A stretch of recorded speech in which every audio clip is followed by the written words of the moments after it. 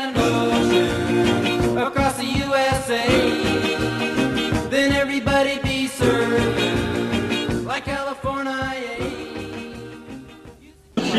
Богоявленският ритуал в София беше на езерото от квартал Дружба. Митрополит Инокентий служи тържествен водосвет и хвърли туристи в езеро. 16 младежи се осмелиха да скочат в предварително разчупения лед. Кръстът извади 18-годишният Клим Павлов. Той учени възхитително в техника. Много здраве и щастие. Другото е любов. Другото и сами може да си го постигнем.